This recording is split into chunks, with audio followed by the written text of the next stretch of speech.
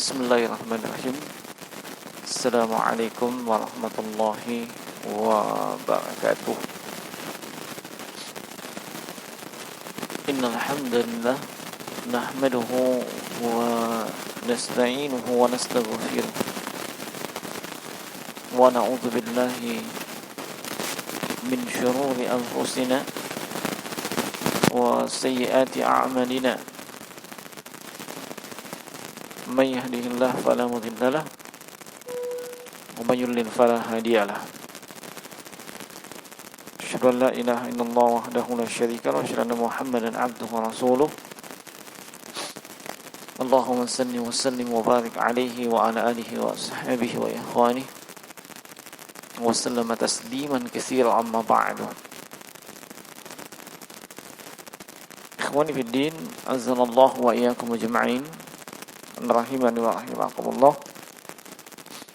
Semoga Allah Subhanahu wa taala senantiasa mencurahkan rahmatnya untuk kita semua. Alhamdulillah, di akhir bulan Rajab ya, di tahun 1442 Hijriah, yang dimaklumi bulan Rajab termasuk di antara bulan yang dimuliakan dalam Islam, bulan yang masuk dalam kategori Ashhurul Hurum, bulan-bulan yang diharamkan, di mana amalan soleh dan kebaikan yang dilakukan di bulan-bulan haram dilipat gandakan pahalanya, termasuk apa yang kita lakukan saat ini, dari menunaikan sholatul maghrib dengan berjamaah, kemudian disempurnakan dengan rawatib ba'dal maghrib, lalu kita berada di majalisul ilm. Iya. Ini sepanjang kita ikhlas dalam melaksanakannya, maka pahalanya berlipat ganda, lebih dibandingkan kalau itu dilakukan di luar bulan-bulan yang haram. Tapi jangan lupa, dosa yang terjadi, dosa yang dilakukan di bulan-bulan haram juga, itu pun dilipat gandakan ya, hukumannya dari Allah Subhanahu wa taala. Nah, dan kembali insyaallah kita lanjutkan pelajaran di fikih ibadah dari kitab Al-Wajiz fi Fiqh Sunnah wal Kitabil Aziz, dan kita akan masuk kepada pembahasan yang berikutnya di kitab Siyam, yaitu ala man yajib. Puasa ini diwajibkan kepada siapa? Ya, puasa ini diwajibkan kepada siapa ini wajib? Puasa ini wajib. Nah, kalau sebelumnya sudah disebutkan dasar kewajibannya apa, baik dari ayat maupun hadis, bahkan kesepakatan para ulama. Sekarang yang menjadi pertanyaan, kewajiban puasa ini atas siapa? Apakah seluruh manusia? Iya. Naam, atau hanya golongan tertentu saja? Naam.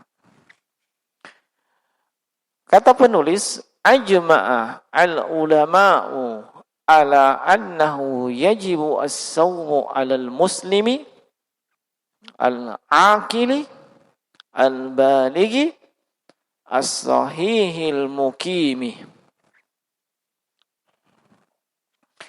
Sepakat para ulama, ya. Ijma para ulama, sepakat para ulama. Nah, apa itu? Bahwa puasa itu wajib atas muslim, ya. Nah, puasa itu wajib atas setiap muslim. Kalau dikatakan muslim, masuk juga muslimah.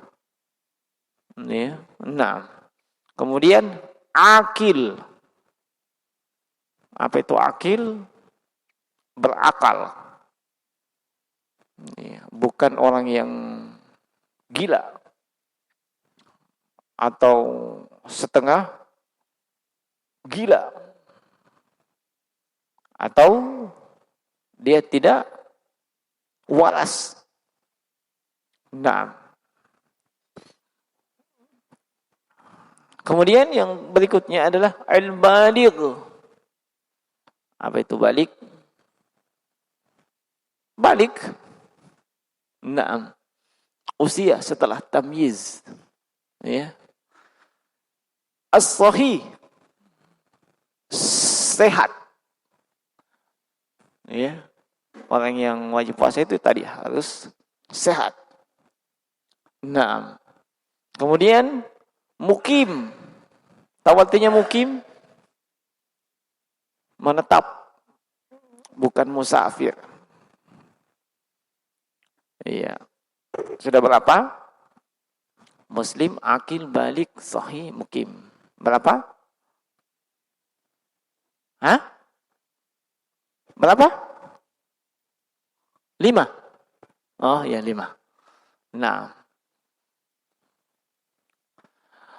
Wa yajibu an takuna al-mar'atu tahiratan minal haidhi wan nifas.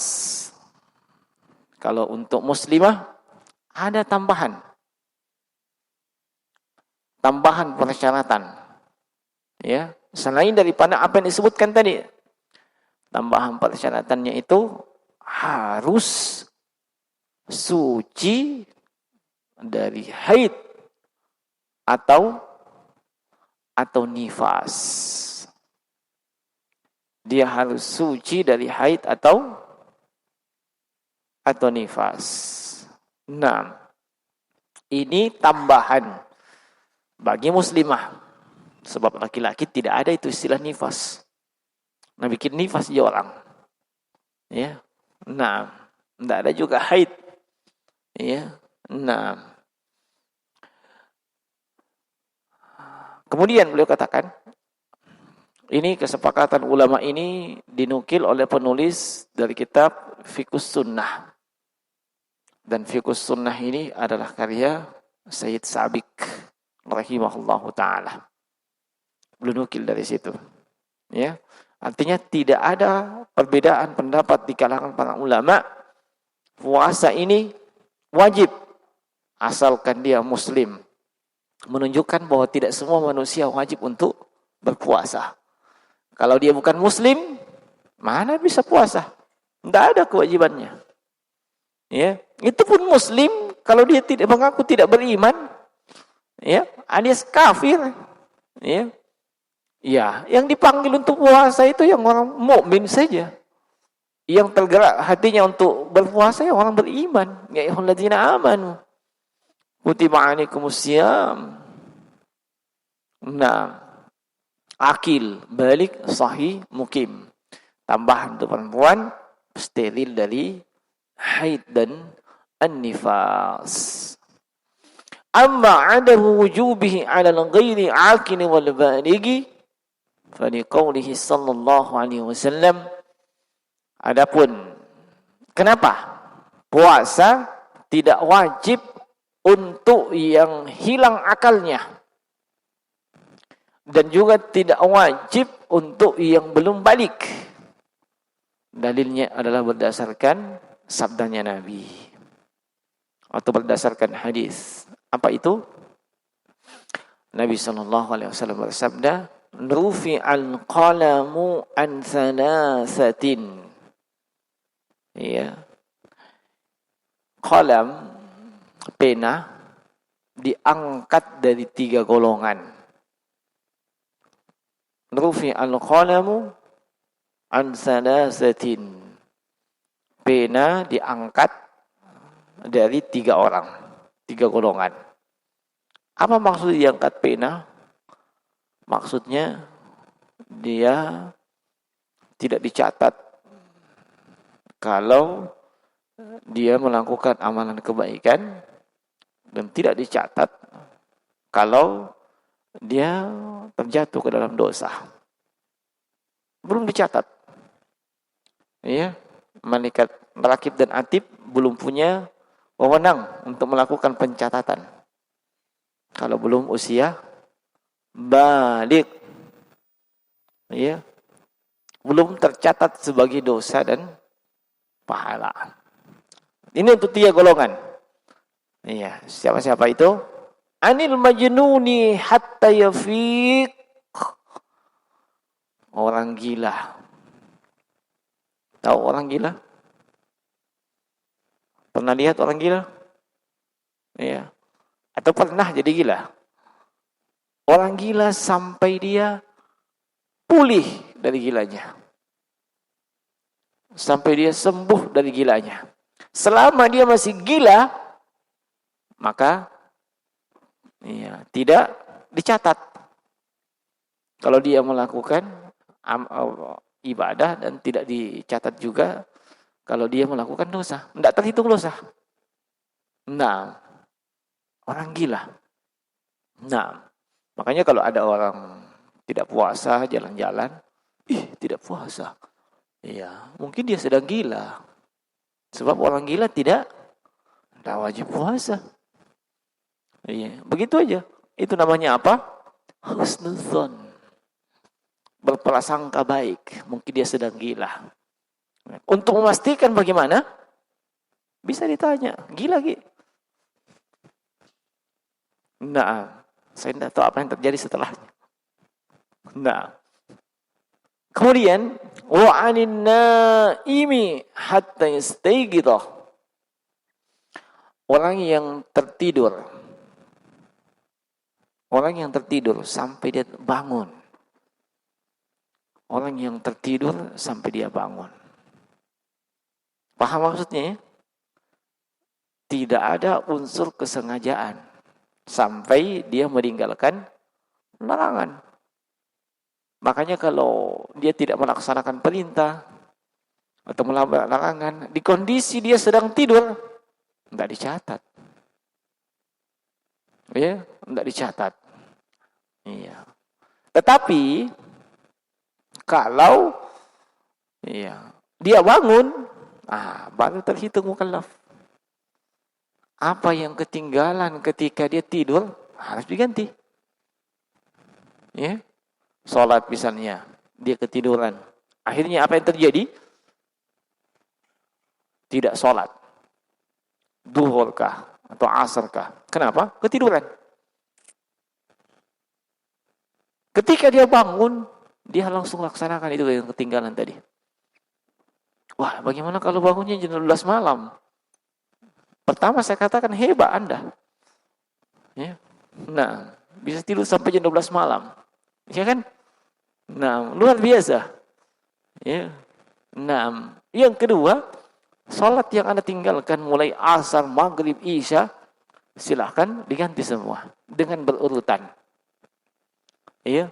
Diqadha namanya, berurutan. Ini kalau memang tidurnya tidur seperti biasa. Orang tidur butuh istirahat atau dia mungkin terlalu lelah, capek urus kiri kanan, banyak diurus. Ya, urus ini, urus itu, urus A, B, C, D seterusnya, tidur kasihan, capek. Iya. Nah, tetapi yang sengaja meninggalkan tanpa ada halangan kayak tidur, tidak ada gantinya. Dia wajib bertobat kepada Allah. Sebab qadha yang ada dalam hadis hanya bagi orang yang berhalangan, termasuk tidur. Wa anis sabiyyi hatta yahtalima. Golongan yang ketiga, anak kecil sampai anak kecil tersebut yahtalima. Ihtilam, mimpi basah. Ya. Nah, ini hadis dikeluarkan oleh Imam Ibnu Majah dan Imam Tirmizi. Hadis yang sahih. Jadi ini dalil yang menunjukkan orang yang gila dan orang yang belum balik belum ada kewajiban untuk puasa Ramadan. Paham? Nah, wa yustahabbu li wali sabiyyi ay ya'murahu bis-siyami mata ataqahu liyatamarranna alaih, dianjurkan, ya, ditekankan kepada wali si anak, orang tuanya, bapaknya, mamanya, omnya, ya, para penanggung jawabnya itu si anak. Untuk apa? Untuk menyuruh si anak berpuasa sesuai kemampuannya. Ya. Walaupun dia belum balik. Ya. Tapi disuruh puasa sesuai kemampuannya. Nah, liyatamarranna alaih, supaya itu adalah tamrin untuk dia. Mau ada tamrin? Latihan. Makanya bagus itu selalu ada banyak tamrinnya. Ya. Nah, supaya dia latihan. Nah, iktidaan bi fi'li sahabati radhiyallahu anhum bisiyamihim. Nah, bisibyanihim. Ini dalam rangka mencontoh, meneladani, ya, para sahabat Nabi sallallahu alaihi wasallam radhiyallahu anhum ajmain. Ketika mereka mendidik putra-putrinya berpuasa. Dan di sini boleh sebutkan contoh haditsnya. Hadits dikeluarkan oleh Imam Bukhari dan Imam Muslim.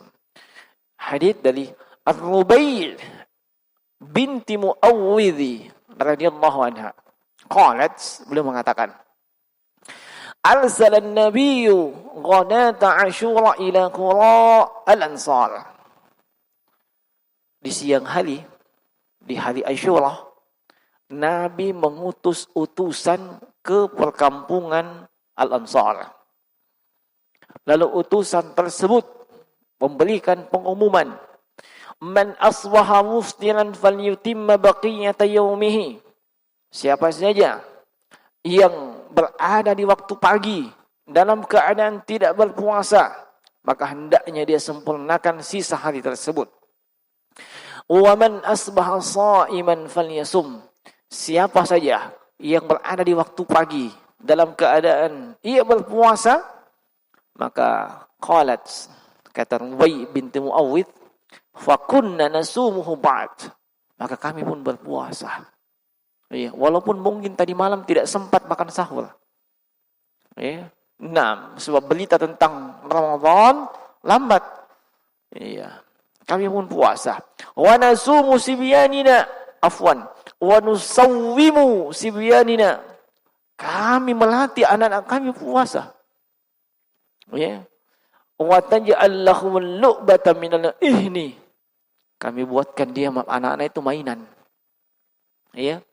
Dibuatkan anak-anak itu mainan dari ihan. Fa idza baka ahaduhum 'ala at-ta'ami a'tainahu zakah. Kalau ini anak-anak kami nangis. Kenapa nangis? Lapar, haus. Ya. Nah, maka kita kasih itu mainan supaya dia bermain lagi. Hatta yakuna indal iftar, sampai menjelang masuknya buka puasa. Ya. Zahir hadits menunjukkan para as-salaf dari kalangan sahabat mendidik anak mereka puasa sampai buka. Bukan setengah hari. Ya. Nah, tapi itu lagi setengah hari lu anggap lumayan nih. Ya. Nah, setengah hari saya nak. Nah, jam berapa bukanya kalau setengah hari? Hah? Habis duhur. Kalau begitu habis buka, lanjut lagi puasa. Ya. Nah, maksudnya tidak makan lagi dan minum sampai menjelang iftar. Kan sudah masuk. Iya. Nah, itu aja bisa diakal-akali. Nanti jam 12 balik saya puasa sampai buka puasa sama-sama. Setengah hari. Tapi kalau itu dalam rangka mendidik dan memang tidak ada cara lain, yang jelas anak-anak dilatih untuk puasa.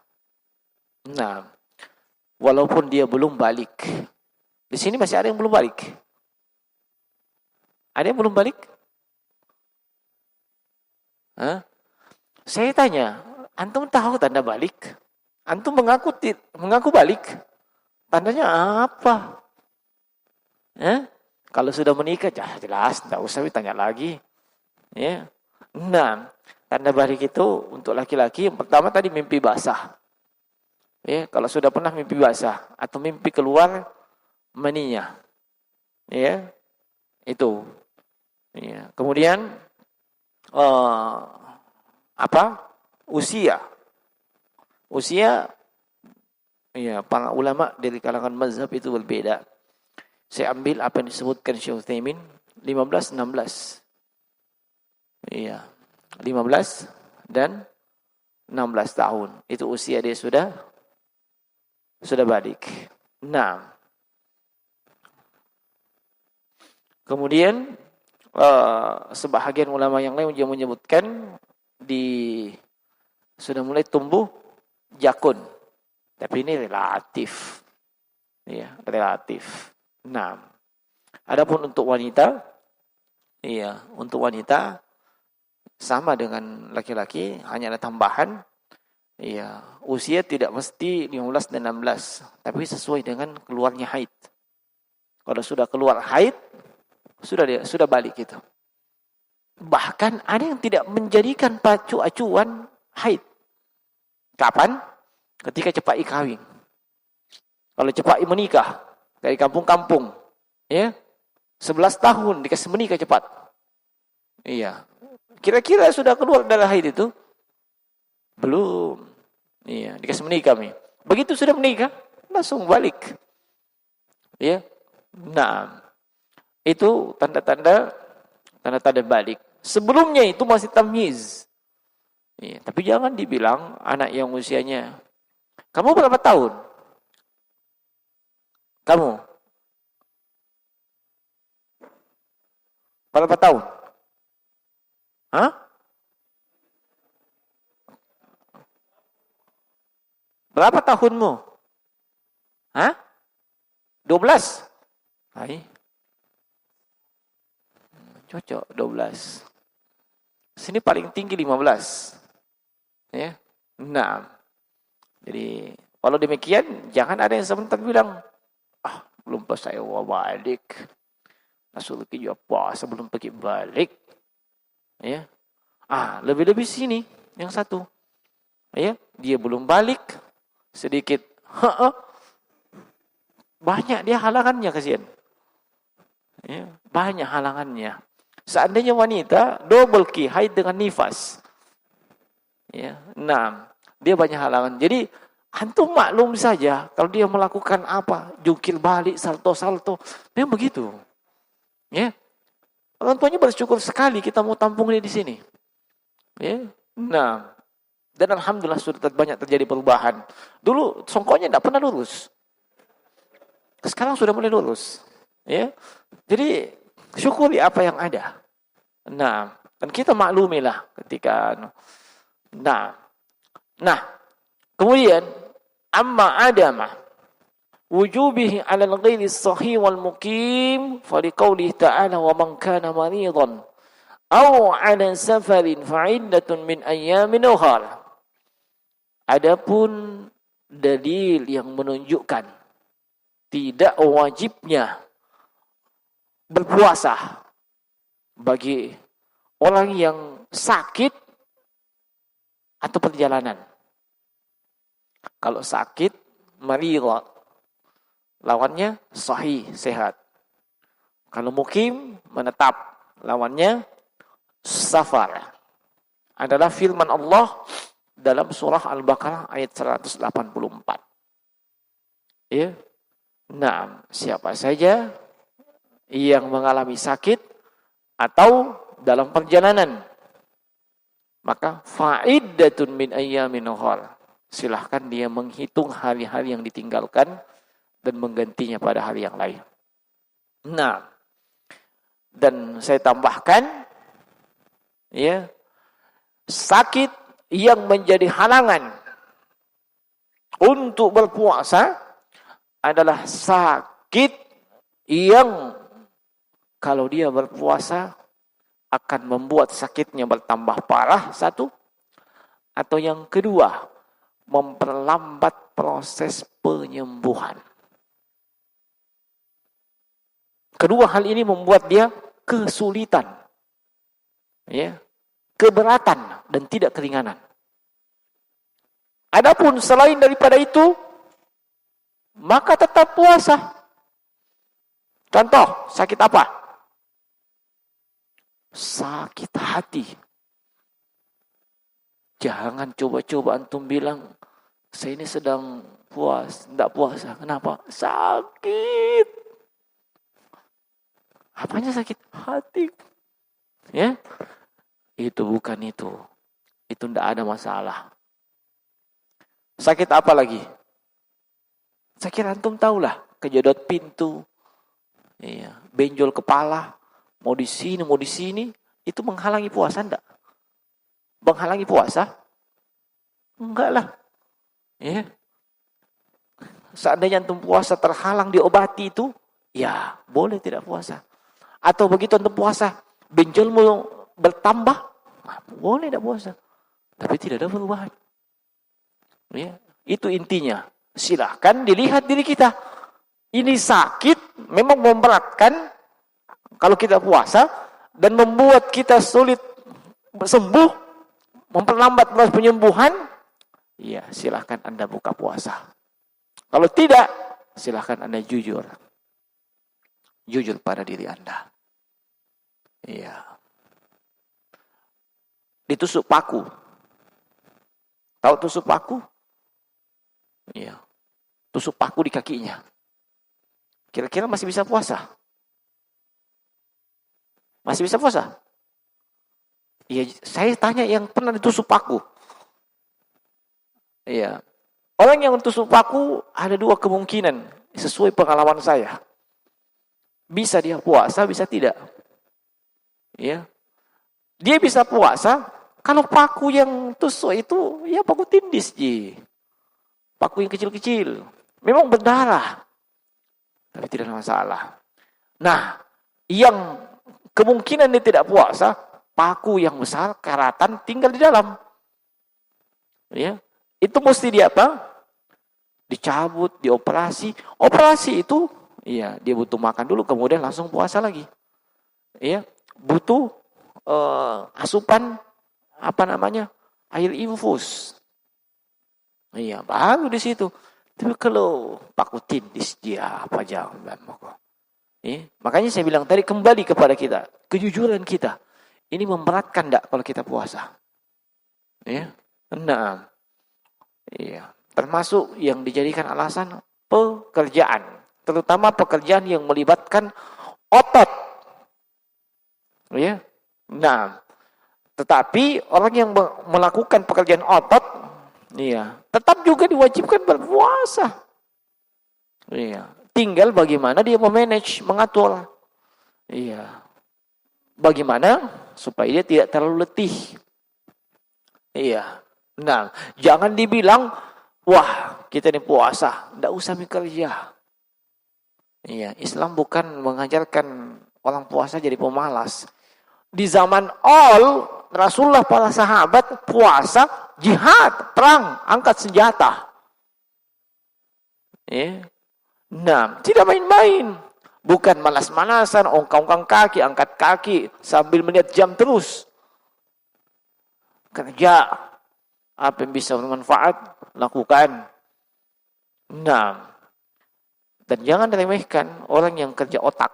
Biasanya dia lebih cepat lapar. Orang yang kerja otak dibandingkan kerja otot. Sebab dia butuh suplemen makanan untuk otak jauh melebihi otot. Untuk otot, kasih nasi setengah panci, bisa kerja. Tapi kalau untuk kerja otak, kok nasi setengah panci, tambah buntu otaknya. Dia mesti sayur-sayuran, dia mesti kuning telur, dia mesti lauk pauk yang dikasih banyak. Bukan nasi, kalau yang kerja otak.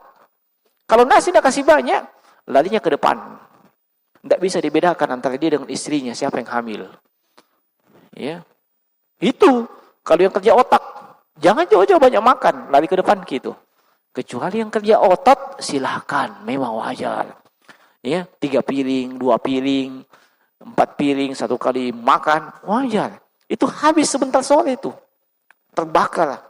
Ya, karbohidrat jelas terbakar. Tapi untuk kerja otot, jangan coba-coba banyak makan. Dari ke depan itu. Iya. Nah, tayyib. Fa in shama al-maridhu wal musafiru ajza'ahuma. Kalau misalnya ada orang sakit, sakitnya berat, tapi tetap dia semangat puasa. Kenapa? Nah pikir itu bukan keringanan. Masya Allah, tidak kayak kebanyakan muslimin kan. Bisa kita tidak puasa ini? Sakit ki. Dia pikirkan bukan bisa tidak. Bagaimana nanti saya ganti puasa saya di saat semua orang tidak puasa? Itu berat jemaah. Iya kan? Berat. Di saat si pagi orang makan coto sama pak kue, kita sedang puasa. Siang palu basah, belum lagi posting di grup berbagai jenis makanan, kita sedang puasa ini. Nah tutup semua HP-nya, tidur, mimpi makanan lagi. Itu yang dipikir, makanya puasa bam maka. Iya, apalagi Nabi bilang belum pernah pada orang puasa na mati. Iya toh? Belum pernah, adakah? Ada orang puasa na mati? Tidak ada, kecuali yang memang sudah sampai ajalnya. Nah, bukan karena puasanya, bukan karena dia puasa na mati, tapi karena ajalnya sudah sampai di situ. Jangan salah paham. Nah, jadi kalau orang yang sakit berat dia puasa, atau musafir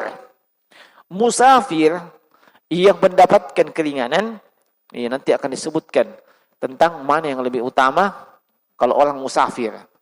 Dia puasa atau tidak? Ya, kalau ada orang safar atau perjalanan atau sakit keras dia tetap puasa, ajza'huma, tetap mendapatkan pahala. Li'anna ibahatal fitri lahuma rukhsatan. Sebab dibolehkannya untuk berbuka bagi kedua golongan itu rukhsah, keringanan. Fa in akhadha bil azimati fahuwa khairun. Kalau dia mengambil tanggung jawab azimahnya, maka itu jauh lebih baik. Ya, sebagaimana Allah Subhanahu wa taala berfirman, faman tatawwa fahuwa khairul lah. Iya. Naam, wa antasumu khairul lakum in kuntum ta'lamun. Naam. Kemudian wa ayyuhuma afdal, al-fitru amis siyamu? Yang mana lebih utama bagi orang yang sakit, ya, dan melakukan perjalanan.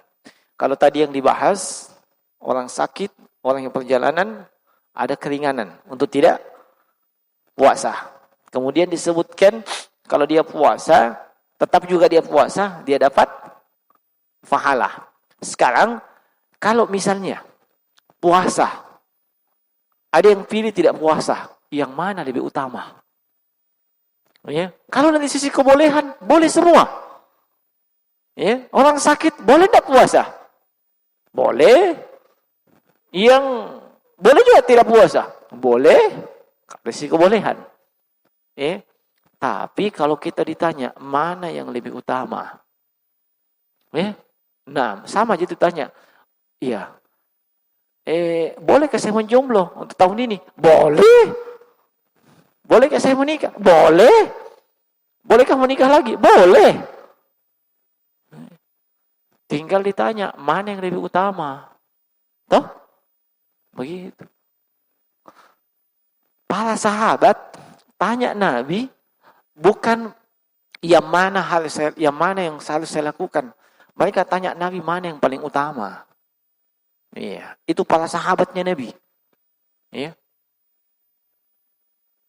Nah, pasti tanya mana yang paling utama. Iya. Tidak mau ketinggalan mereka dengan amalan utama. Iya. Nah, in lam yajidil maridhu wal musafiru masyaqqatan bis-sawmi fas-sawmu afdal Wa in wajada masyaqqatan fal fitru afdal. Kalau orang sakit dan orang yang dalam perjalanan berat dan kesulitan kalau dia berpuasa, dia merasa berat, dia merasa sulit kalau berpuasa, maka afwan, kalau dia tidak merasa berat, tidak merasa kesulitan, ya, illam yajid, dia tidak mendapatkan kesusahan, tidak mendapatkan kesulitan, maka fasaumu afdal, dia lebih utama berpuasa. Ya, dia lebih utama berpuasa. Ini tolong dipahami dengan baik sehingga tidak perlu lagi banyak bertanya, bagaimana ini saya mau ke sana, begini. Tanya lagi, apakah saya puasa atau tidak? Sudah dikasih kaidahnya. Ya, kalau dia tidak merasa berat, tidak merasa sulit, kalau dia dalam perjalanan atau sakit berpuasa, artinya tidak membuat kesulitan, dia puasa saja. Yang tahu itu kan bukan saya, tapi kita masing-masing yang mengalaminya. Ya. Naam. Wa in wajada masyaqqatan fal fitr afdal. Kalau dia merasa berat, ya, kesulitan, maka yang lebih utama adalah dia berbuka, tidak puasa. Itu silahkan dilihat nanti di kondisi kita. Ya, kita di kondisi yang mana? Ya, bukan saya tidak mau menjawab pertanyaan kalau yang bertanya, tetapi sebaiknya ya fahami sebuah ilmu, kemudian silahkan ya terapkan ilmu tersebut. Begitu maksudnya. Ya. Nah, ini alhamdulillah kita dapat tazkirah untuk menghadapi Ramadan nanti. Ya. Nah, saya tanya dulu, bolehkah menikah di bulan Ramadan? Boleh. Ada yang melarang? Hah? Tidak ada yang melarang. Tapi tidak ada yang mau menikah. Iya. Alasannya kenapa? Hah? Tidak ada tamu. Resepsinya pas buka puasa. Ya? Apa maksudnya? Daripada kau tunda habis Ramadan 1 bulan ini. Kau kira? Nah, kalau para jomblo enggak, masih bisa aja. Tapi itu yang sudah pernah menikah sebelumnya, ya. Nah, mak dari itu, ya, sakit kepala atas bawah, tadinya samping-sampingnya sakit. Nah, maka jangan ditunda karena apa? Bulan Ramadan, akad nikah saja dulu Ramadan, ya, supaya dipakai alasan ada teman dikit sahur, ada teman dikit buka. Kalau perlu dia dipakai buka. Ya. Kapan perkawinannya? Kapan pestanya? Habis Ramadan bisa pesta. Kalau memang alasannya tidak ada tamu, nah bisa aja tuh bikin pesta pas bukanya toh. Pasti banyak itu datang buka puasa, ya. Resepsi pernikahan dirangkaikan dengan buka puasa bersama. Banyak pasti yang datang itu. Iya dong. Ya. Nah, kalau memang mau, tapi kalau enggak, nanti habis Ramadan baru bikin pesta. Ya, maksudnya walimatul ursh. Tapi yang jelas tidak ada larangan menikah di bulan Ramadan. Nah, hanya itu mudaratnya saja kalau pengantin baru di siang hari. Ya, sebaiknya satu di kamar sebelah, satu di kamar sebelah. Ya. Nah, hati-hati saja. Kenapa dikatakan demikian tadi kaidahnya seperti itu? Orang yang kesulitan puasa, orang yang musafir dan orang sakit, kalau dia merasa berat dan sulit, dia tidak usah puasa. Kalau tidak merasa berat dan sulit, dia puasa. Sebutkan dalilnya. Pertama, hadits yang diriwayatkan oleh Imam Muslim dan At-Tirmizi. An Abi Sa'id Al-Khudri radhiyallahu ta'ala anhu qala, dari sahabat yang mulia Abu Sa'id Al-Khudri radhiyallahu anhu beliau berkata, kunna nagzu ma'a Rasulillah sallallahu alaihi wasallam fi Ramadan. Lihat, ini yang saya katakan tadi. Apa kata beliau? Kami bersama Rasulullah, iya, perang di bulan Ramadan. Jihad di bulan Ramadan. Ya. Ini pengakuan sahabat Abu Sa'id Al-Khudri. Faminna as-sha'im wa minnal muftir. Di kalangan kami, para sahabat itu ada yang puasa, ada yang tidak puasa. Ya. Nah, fala yajidu as-sha'imu 'ala al-muftiri wa al-muftiru 'ala as-sha'imi. Orang yang as-sha'im puasa tidak mencela orang yang tidak puasa. Yang tidak puasa juga tidak mencela orang yang sedang puasa. Nah, yarawna anna man wajada quwwatan fasoma fa inna zalika hasan. Para sahabat itu berpendapat bahwa siapa saja yang merasa mampu, kuat untuk puasa, fa inna zalika hasanun. Itulah yang terbaik. Dia mampu, dia kuat sambil berjihad ini. Ya. Nah, maka dia puasa. Wa yarawna anna man wajada dha'fan fa aftara fa inna zalika hasanun. Dan para sahabat berpendapat kalau ada yang merasa dha'fan, lemah, ya, maka berbuka itulah yang terbaik. Nah, ini ya Rasulullah, para sahabat.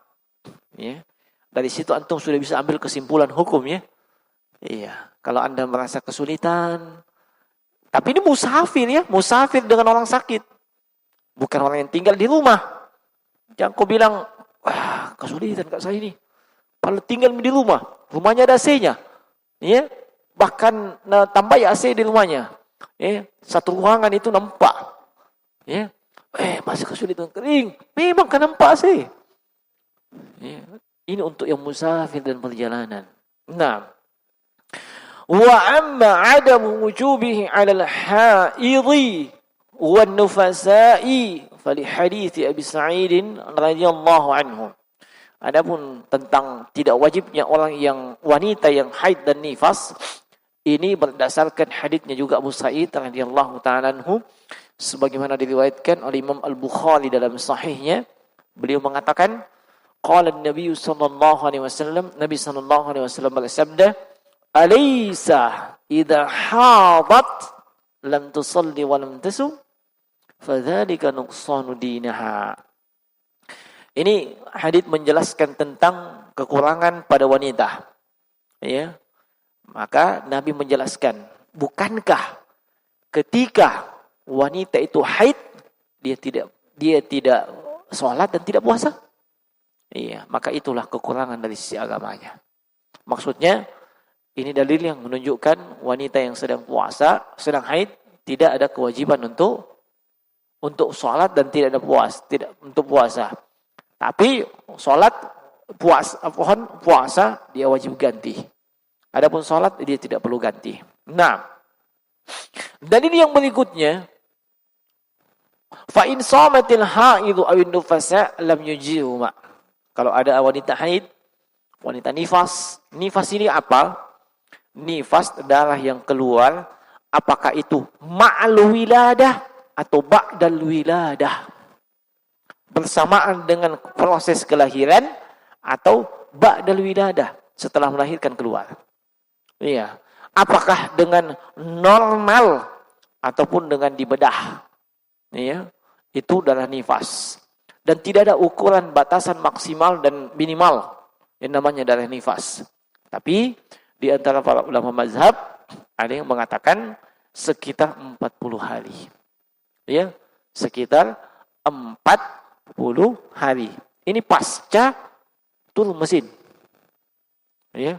Nah, pasca turun mesin itu 40 harian itu. Nah, harus bersabar selama 40 hari. Nah, ini darah nifas. Iya. Kalau mereka semuanya ini haid dengan nifas puasa, tidak sah puasanya. Ya. Di anna min syurutis siyam as-sawmi at-taharatu min al-haid wan nifas. Wajib alaihi ma'al qada. Sebab syaratnya orang yang wanita yang puasa itu suci, steril dari haid dan nifas. Dan wajib wanita tersebut mengqada. Ya. Nah, kalau tahun lalu dan tahun sebelumnya biasa ada yang bertanya, bagaimana kalau kami kaum wanita mengkonsumsi obat-obatan yang menghalangi keluarnya haid? Nah, apakah boleh? Iya, pertanyaan ini juga pernah ditanyakan kepada para ulama. Dan saya hanya akan menukil ucapan atau jawaban dari Syekh Muhammad bin Shalih Al-Utsaimin rahmatullah alaih. Iya, beliau menjelaskan bahwa boleh dengan dua syarat. Syarat yang pertama, tidak mendatangkan atau berefek atau berimbas mudarat pada kesehatan si wanita. Ya, paham maksudnya? Jangan sampai minum itu obat penahan haid, salto-saltoi. Nah, itu kan ada efeknya. Ya, ada imbasnya. Sudah minum obat anti haid, mak jaguru terus misalnya. Gila ya. Itu kan tidak boleh. Tapi kalau tidak ada efeknya, tidak ada mudaratnya, silakan. Yang kedua, tidak mengganggu lajunya persedekahan antara suami dan istri. Paham maksudnya? Siapa tahu dia tertahan gitu haid kah? Makanan lain rasa bapaknya. Mamaknya juga makanan lain rasa. Nah, paham ya? Oh, enggak paham antum. Paham ya? Nah, sejak minum obat anti haid itu makanan lain rasa. Nah, suami juga makanan lain. Jangan kalau begitu. Tapi kalau aman, ya, bapak aman dari itu, yang kedua tadi, pokoknya asal bapak naik, bapak ini, ibu naik, ibunya entah sambaki saja. Ya, dengan dua syarat itu kata Syekh Muhammad bin Shalih Al-Utsaimin. Boleh. Iya. Nah, walaupun di sana para ulama yang lain itu menyarankan yang natural saja. Itulah fitrahnya wanita. Mau kau dikasih haid ya, biar mau dia apa? Justru Anda bersyukur kalau masih haid. Itu artinya masih ada harapan untuk ada keturunan. Kalau masih ada haid. Nah, baik. Kemudian kata Aisyah radhiyallahu taala anha, sebagaimana ini dalil wajib mengqadha wanita yang haid. Kata Aisyah, kunna nahidhu ala ahdi Rasulillah sallallahu alaihi wasallam. Kami mengalami haid di masa hidupnya Rasulullah. Ya. Sallallahu alaihi wasallam. Fa nu'mar biqadha'i as-saumi wa la nu'mar biqadha'i as-salati. Kami diperintah oleh Rasulullah mengganti puasa dan tidak diperintah mengqadha atau mengganti salat. Nah, hadits ini dikeluarkan oleh Imam Muslim, At-Tirmizi, dan selainnya. Hadits yang sahih. Nah, ini jemaah sekalian rahimani wa rahimakumullah, tentang kepada siapa puasa ini wajib, dan juga pembahasan tambahan tadi, mana yang lebih utama bagi orang yang musafir dan perjalanan, apakah dia puasa atau berbuka. Adapun yang berikutnya, ma yajibu 'ala asy-syaikhil kabir wal mar'atu al-ajuz wal marid alladhi la yurja bara'uhum. Kewajiban apa untuk syekhul kabir, orang yang sudah tua renta, atau al-mar'atul ajuz, wanita yang sudah tua renta, wal maridul ladzi la yurja bara'uhu, orang yang sakit, yang sakitnya tidak ada harapan untuk sembuh. Apa yang diharapkan dari mereka? Apa kewajiban mereka? Nanti di episode berikutnya. Demikian, subhanakallahumma bihamdik, asyhadu an la ilaha illa anta, astaghfiruka wa atubu ilaik. Assalamualaikum warahmatullahi wabarakatuh.